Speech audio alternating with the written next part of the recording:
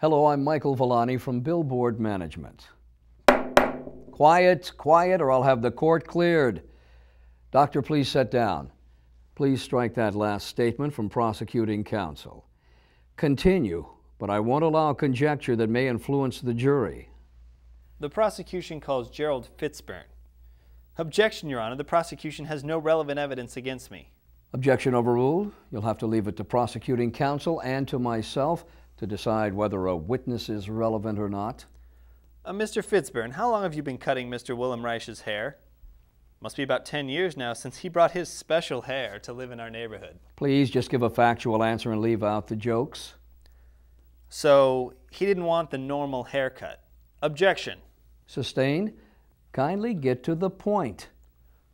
So what do they say about this doctor? Facts. Kindly stick to the facts, if you will, sir. The fact is that his daring hairstyle isn't the only reason I respect the doctor.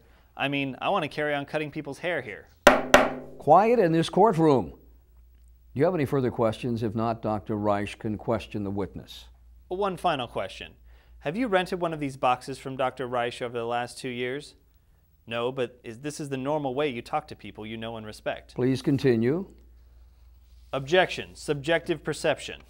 Please erase Dr. Reich's last statement from the transcript.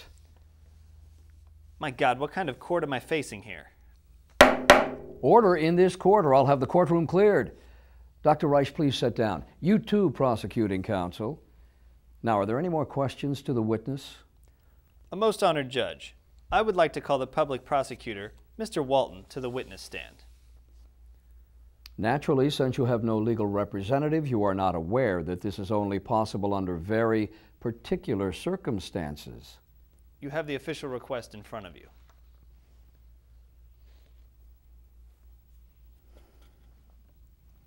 State Prosecutor Walton is called to the witness stand. You may question the witness, Mr. Reich. Thank you, Your Honor. Mr. Walton, how long have we known each other? As a witness, you're required to answer these questions. But before you do, we'll take a 20-minute recess. This court is adjourned until 12 noon. Judge, I'm sorry to bother you. All right, why don't you walk with me to the next hole? We can talk on the way. I read your report. Well, that's exactly what I wanted to talk to you about. You have to put an end to this farce. I described Dr. Reich as mentally abnormal, but not because I believe that... Then why? Well, just between the two of us, surely you asked for that report because you're also convinced of his innocence. My dear doctor, I don't think Dr. Reich is innocent. I just think he's not a criminal. I thought the courts aimed to make clear verdicts. What is it you want? This case stinks to high heaven. Dr. Hamilton, why do you think you find me here on the golf course, not in court?